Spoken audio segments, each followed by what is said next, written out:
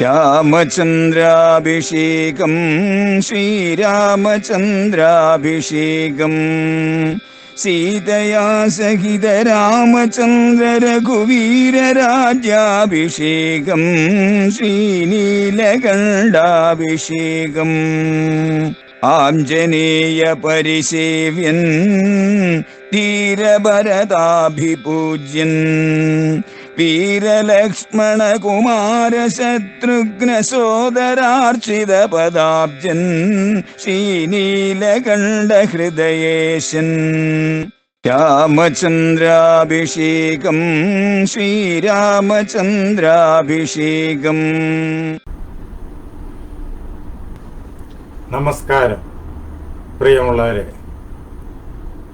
വാൽമീകി രാമായണത്തിൻ്റെ ഇന്നത്തെ ക്ലാസ് ആരംഭിക്കുന്നു. ആദ്യമേ തന്നെ എൻ്റെ സർവസങ്കല്പങ്ങളും ഭാരതീയ ആചാര്യ പരമ്പരയുടെ പാദപങ്കജങ്ങളിലും വാഗ്ദേവതയും ശക്തിസ്വരൂപിണിയുമായ അമ്മയുടെ പാദപത്മങ്ങളിലും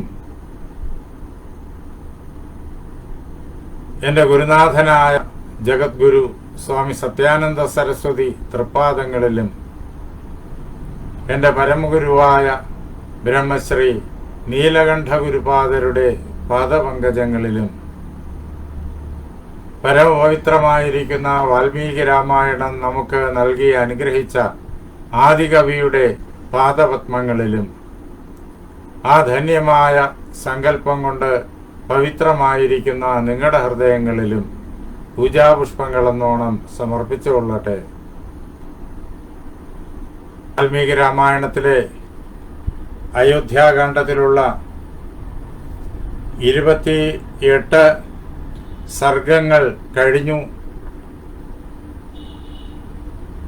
28ാമത്തെ സർഗത്തില് സീതാദേവി കാനനത്തിലേക്ക് വരണ്ട, എന്തുകൊണ്ടെന്നാൽ കാനന ജീവിതം അങ്ങേയറ്റം ദുഷ്കരമാണ് എന്ന് വളരെ വിശദമായിട്ട് ശ്രീരാമചന്ദ്രൻ സീതയോട് പറഞ്ഞ് വിശദീകരിച്ച് കേൾപ്പിച്ച് സീതയെ വരണ്ട എന്ന് നിർബന്ധിക്കുന്നതാണ് നാം കാണുന്നത്. അത് കേട്ടപ്പോഴേക്കും സീതയുടെ മനസ്സിലുണ്ടായതായ ദുഃഖം അപരിമിതമായിരുന്നു. എന്തുകൊണ്ടാണ് താൻ രാമനോടൊപ്പം കാനനത്തിലേക്ക് വരേണ്ടത്?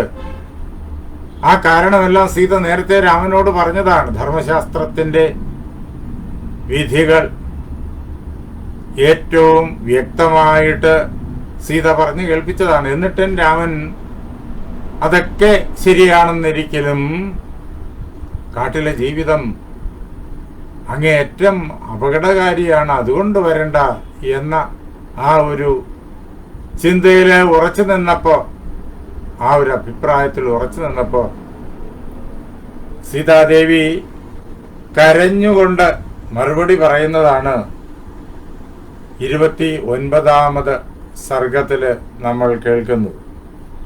സീത പറഞ്ഞു, കണ്ണുനീര് ധരധാരയായി പ്രവഹിക്കുന്നതായ മുഖത്തോടു കൂടിയിട്ട് കരഞ്ഞ് കലങ്ങിയ കണ്ണുകളോട് കൂടിയിട്ട് സീത രാമനോട് പറഞ്ഞു, ഏത്വയാ കീർത്തിത ദോഷ വനേ വസ്തവ്യതാം പ്രതി ഗുണാനിത്യേവ താൻ വിദ്ധി തവ സ്നേഹ പുരസ്കൃത. അല്ലയോ രാമ, കാനനത്തിൽ വസിച്ചാൽ ഉണ്ടാകുന്നതായ ദോഷങ്ങളെ കുറിച്ച് അങ്ങ് വളരെ വിശദമായിട്ടെല്ലാം പറഞ്ഞു കേൾപ്പിച്ചു. അങ്ങ് ഈ പറഞ്ഞ കാര്യങ്ങളെല്ലാം ഗുണമായിത്തീരുന്ന അവസ്ഥയും എനിക്കറിയാം. എന്താ? അങ്ങയുടെ സ്നേഹം കൂടെയുള്ളതുകൊണ്ട്. അപരിമിതമായ സ്നേഹം അങ്ങയുടെ ഹൃദയത്തിലുണ്ട്. അത് എന്നെ പരിപൂർണമായിട്ടും സന്തോഷിപ്പിക്കുന്നു. ആ സ്നേഹത്താൽ പുരസ്കൃതയായിട്ട് കാട്ടിൽ വസിക്കുമ്പോഴേക്കും അങ്ങ് പറഞ്ഞ ദുഃഖങ്ങളൊന്നും തന്നെ ദുഃഖങ്ങളല്ല, അവയെല്ലാം തന്നെ അങ്ങേയറ്റം സന്തോഷജനകമായി തീരുന്നു. ഗുണാനിത്യേവ താൻ വിദ്ധി, ആ പറഞ്ഞ ദോഷങ്ങളൊക്കെ ഗുണങ്ങളാണ് എന്ന് അങ്ങ് അറിഞ്ഞുകൊള്ളണം.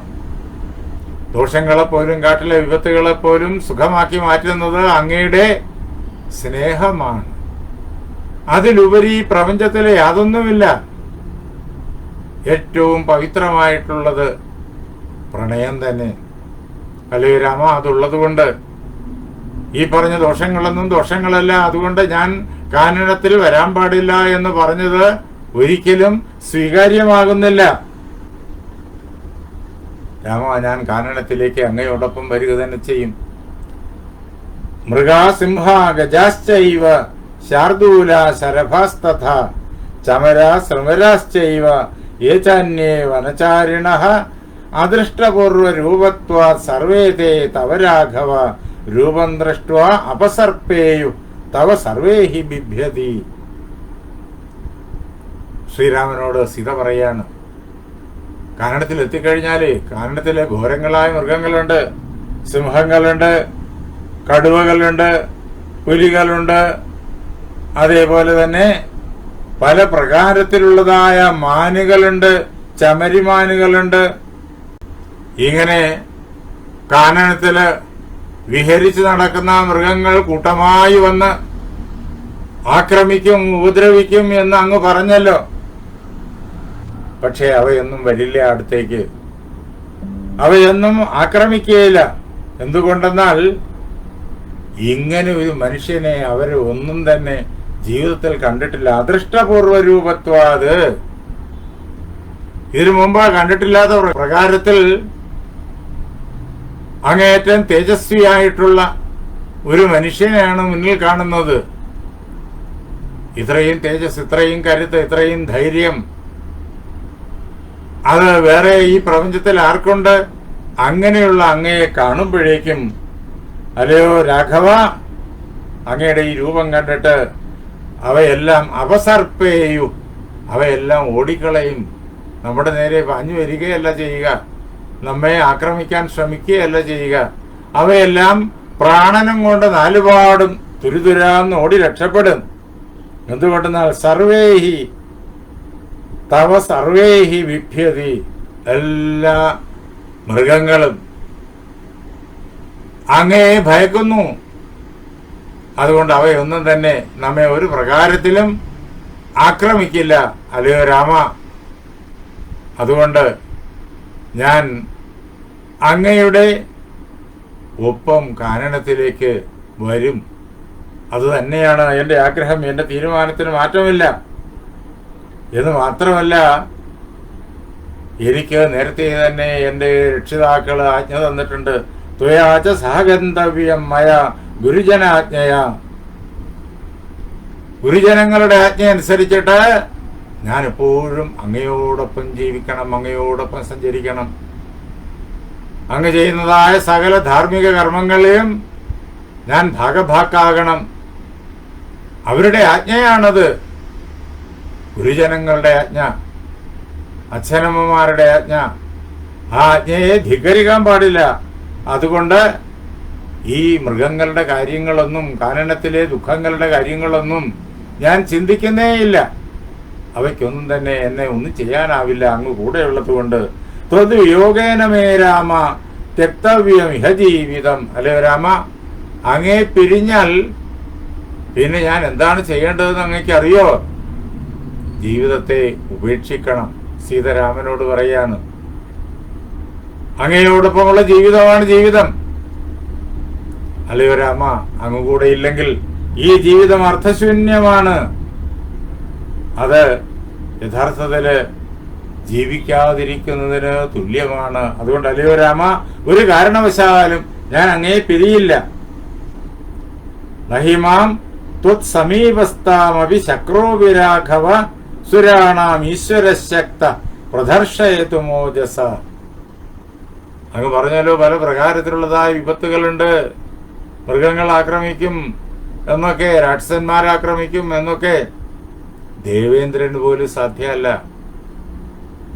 33 കോടി ദേവകൾക്കും അധിപതിയായിട്ടുള്ള മഹാവീരനായിരിക്കുന്ന ഇന്ദ്രൻ ആയാൽ പോലും, സുരാണാം ഈശ്വര, ദേവന്മാരുടെ മുഴുവൻ ചക്രവർത്തിയാണ് അദ്ദേഹം. അദ്ദേഹമായാൽ പോലും അങ്ങ് എൻ്റെ അടുത്തുള്ളപ്പോൾ ഒരു പ്രകാരത്തിലും എന്നെ ആക്രമിക്കുവാൻ ശക്തനായി തീരില്ല. അദ്ദേഹത്തിന്റെ കരുത്തെല്ലാം അങ്ങയുടെ മുന്നിൽ പരാജിതമായി പോകും. അതുകൊണ്ട് ഇന്ദ്രന് പോലും എന്നെ ആക്രമിക്കാനാവില്ല എന്ന ഉറപ്പ് എനിക്കുണ്ട്. അല്ലയോ രാമ, കാനനത്തിലെ ദുഃഖങ്ങളൊന്നും തന്നെ ദുഃഖമല്ല, വിപത്തുകളൊന്നും തന്നെ വിപത്തുകളല്ല.